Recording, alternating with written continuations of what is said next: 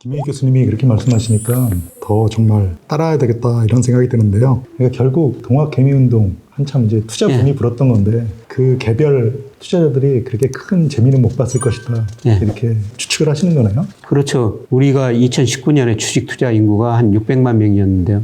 최근에 그 1,300만 명 계좌가 그렇게 늘어났다는 거거든요. 근데 이분들이 2020년 하반기, 2021년, 2022년 주가 가대평가될 때 주식을 시작하신 분들이죠. 근데 주가 3,300 같은 게 한때가 2,135까지 그렇게 떨어졌으니까 아마 대부분 손실을 입었지 않을까 이렇게 생각되고요. 그래서 정말 저는 개인들한테는 직접 투자보다는 펀드가 더 좋다. 근데 사실 우리 개인들이 펀드에 대해서 실망을 한번 했었죠. 그러니까 2006년 하반기부터 2007년, 2008년 초반까지 우리나라 모든 은행이 수익원 다변화시켜야 된다고 주식형 펀드 캠페인 했지 않습니까? 그래서 2008년 8월 달에 144조까지 갔어요. 주식형 펀드가. 그런데 2008년 8월에 미국에서 글로벌 금융위기하고 주가가 폭락했지 않습니까? 그때 정말 많은 분들이 은행을 통해 가지고 주식형 펀드 가입했고 주가가 또 가대평가되고 이기가면서 폭락하니까 주식시장 실망을 해버린 거죠. 그래서 144조 같은 주식형 펀드가 72조까지 한테 떨어졌고 지금 늘어봤자 한 96조 안팎입니까? 144조 아직도 훨씬 더 못 미치죠.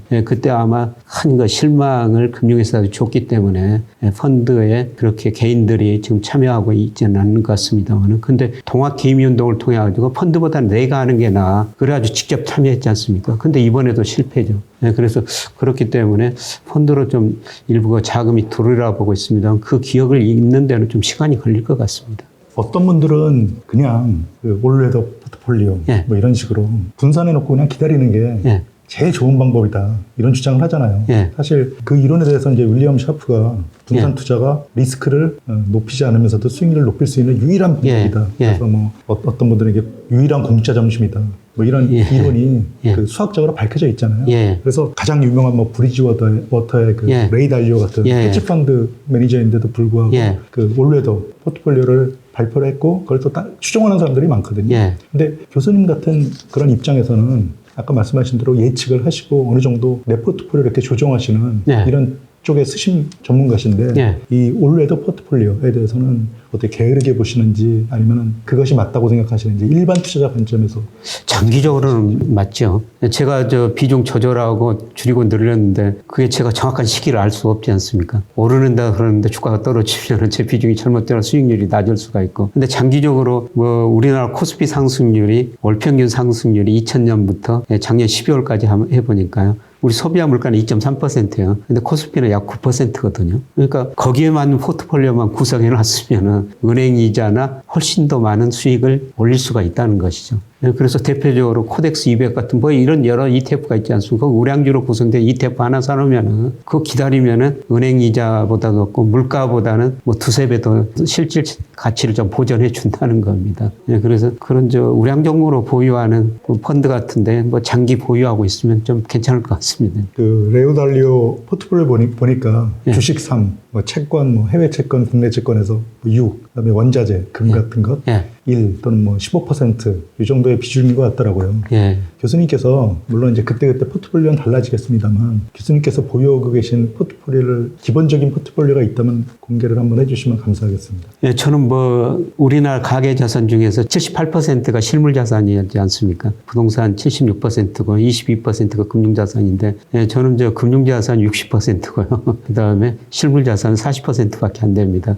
그리고 금융 자산 중에서도 우리 가계 전체 보면 주식 비중이 20% 정도 되거든요. 근데 저는 주식 비중이 지금 한 60% 정도 됩니다. 나머지는 은행 예금하고 채권으로 가지고 있는데요. 뭐 은행 예금 한 10%, 그 다음에 나머지 채권을 가지고 있고요. 주식 비중이 제일 높습니다, 지금. 어려운 질문인데 전 답변하실 줄 몰랐는데 해주셔서 감사합니다. 교수님, 개인 재산 관리하실 때 그 절세에 대해서도 신경을 좀 쓰시지 않으세요?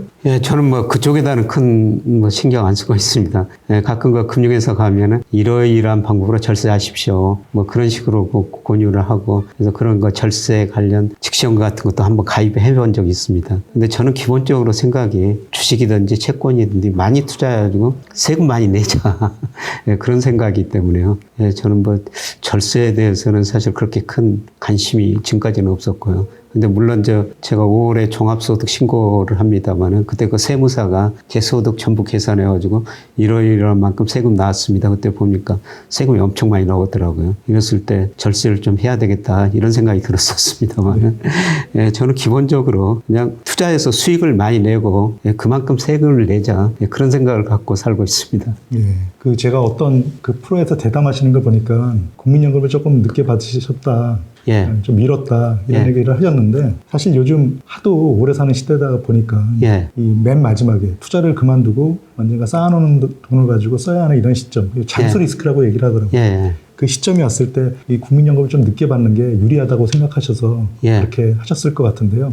그거에 대해서 좀 뭐 부연 설명해 1년, 2년 연기하면은 몇 퍼센트씩 져주더라고요. 그래서 2년을 연기해 놨었어요. 예, 그런데 제일 중요한 거는 제가 뭐 돈을 못 벌면은 국민연금 그때 받았었겠죠. 예, 그런데 국민연금을 안 받아도 예, 제가 지금 뭐 강의도 하고 학교에서 조금 월급도 나오니까 용돈이 있거든요. 그래서 이걸 당장 받을 필요는 없다. 예, 그리고 2년 연장하면은 얼마를 더 준다고 그러더라. 예, 그래서 연장해 놨는데요. 뭐 5월부터 이제 받을 생각입니다. 아, 올해 5월이요? 예, 예.